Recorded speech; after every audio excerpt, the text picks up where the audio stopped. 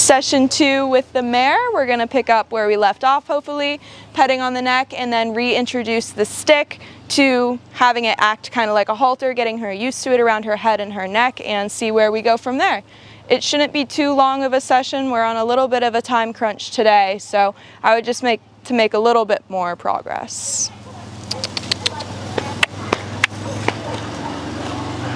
Hi, that's not the side that I need. This has to be one of the chillest Mustangs with me behind them, honestly.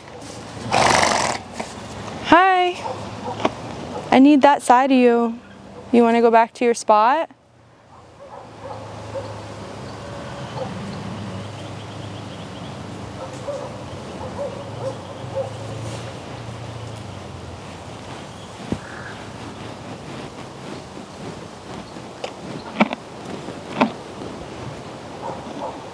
I guess that's fine too.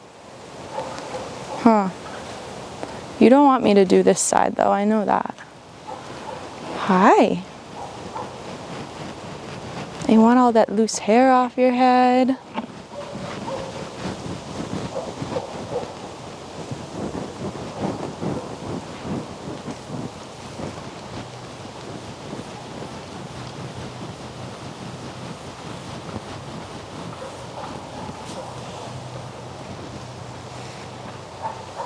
I know, you got the hair on your lip now. Okay, well, since she let me just pet her face right off the bat, we're gonna go to the stick and start working on that. I'm gonna start with that desensitizing we did a little bit of last time. So moving it back and forth till she looks and then relaxing it.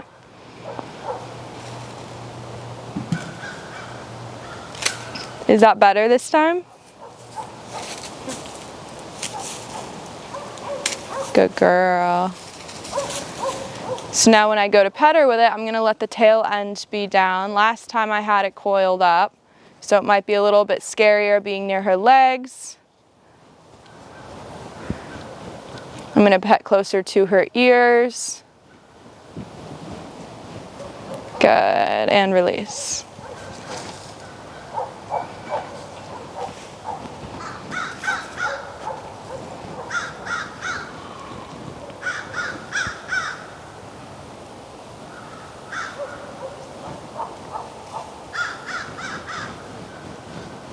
Good. So that was a pretty slow version of getting it over her head. I like to create more of a loop and get it over because, again, that's kind of what the halter is going to be doing.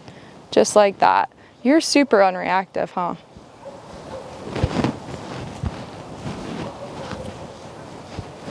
If she were to move, I'm going to try to stick with her, and like I was talking about in the first video with her, this is a perfect extension of my arm. I don't really have to run to keep up with her. I can kind of stay at a slow pace so I don't add more energy to her, but still keep that string on the other side of her head.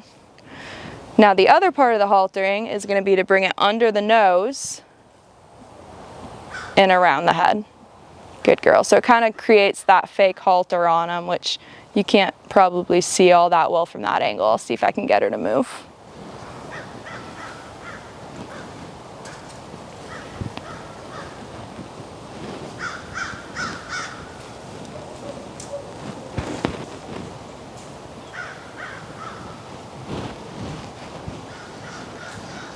I'm going to put a little further back on her. Good, and take the rope away. Another thing I like to do when I'm working with them is alternate between the activities I'm doing. So if I'm working on the rope and the haltering, I'll go back to petting and maybe pet new areas and then back to the stick, then over to desensitizing again.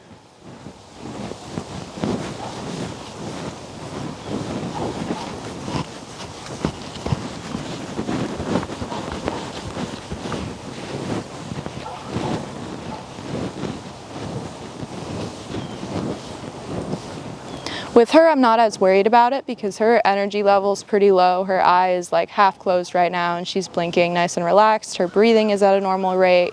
She's kind of twitching her lip in a good way, not a tight way. Good girl. But if they're holding tension, I'm going to release the second they look like they're starting to relax. And I don't want to ignore when she's being avoidant. So when she turns her head away from me, that could be a sign of avoidance.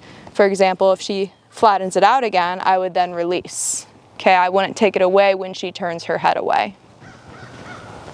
Good girl. I would pet, wait for her to engage a little bit more. Good, and then release. You need a fly mask, huh, girl?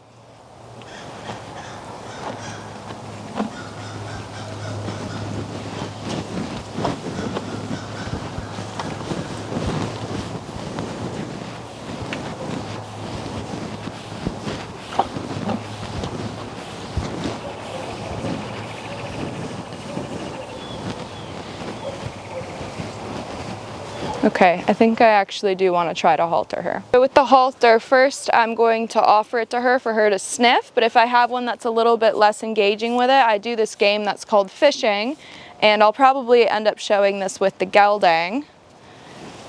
She might be calm enough where I can just do it with my hand and then practice tossing the stick and string over a little bit more. So I'm going to go up to her and just offer her to sniff it.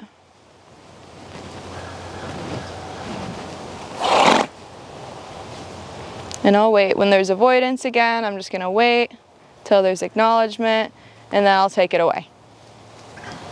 Good girl. Acknowledgement, and remove it.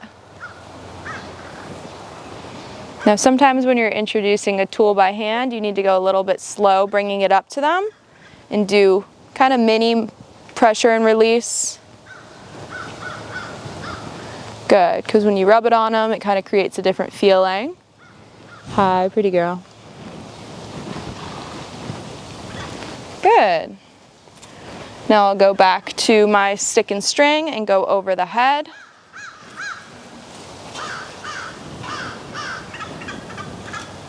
Good, and I'm going to start to peel it off of her this way. So I add one more piece each time. I really like to break it down for them so I can see what exact movement or feeling they're having an issue with. Good girl.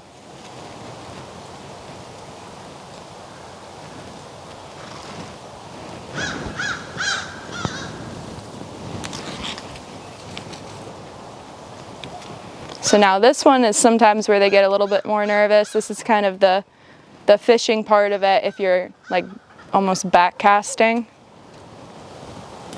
Good girl. Good girl. Good.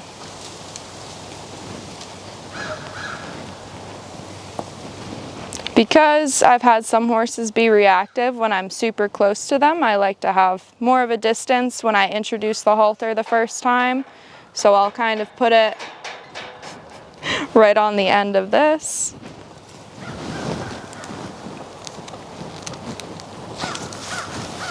And usually I'll have a carriage whip for this. With the gelding, I'll use a carriage whip so I can show you a better version of it.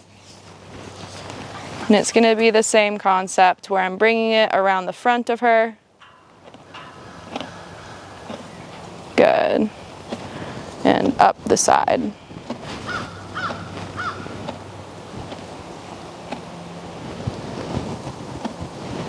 Good.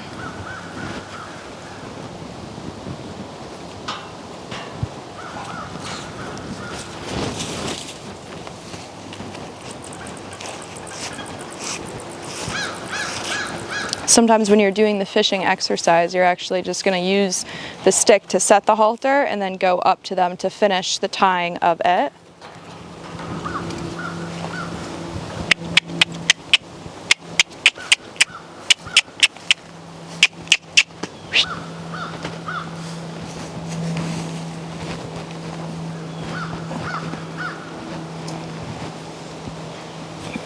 Good girl.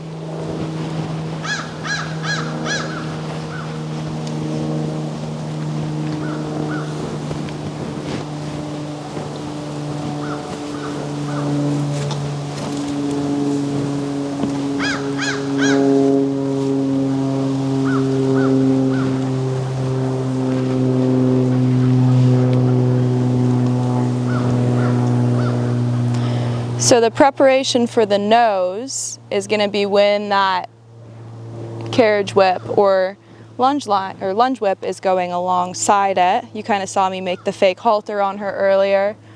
Good. Eventually, when I'm doing the haltering process, I'm only going to release if the nose comes down. The other thing you need to consider when you're haltering is the amount of time you need to be next to them for, so they should have a little practice with you standing nearby and scratching for a while. Also, tying the halter, so I like to mess around with my fingers kind of right behind their ears. Good girl. Good girl.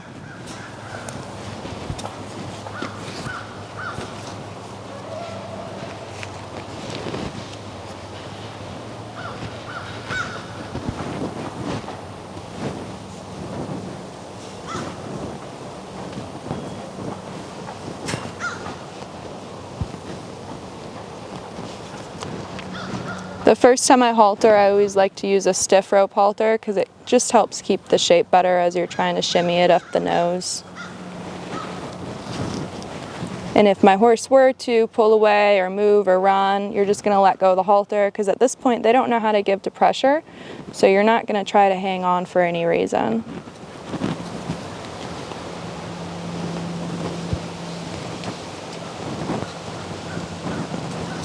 The other thing most horses will have a problem with is two hands being up at their sides. So if she was a horse that was really worried about anything, whenever I'm petting her side like this before haltering, if she wasn't one that was leaning into it and really liking it, I would start to slowly introduce this second hand. This is something I'll probably have to do with the gelding over there, but just remember when you're tying it, it is possible to tie it one-handed, but you might as well get them set with both hands before you move along.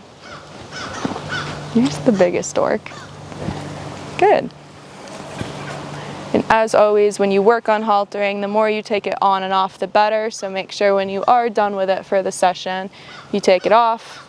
Even if you worked quite a while that one session to get it on, it doesn't mean that they are necessarily catchable or halter broke from that one time. So it's just better to work towards it every single time.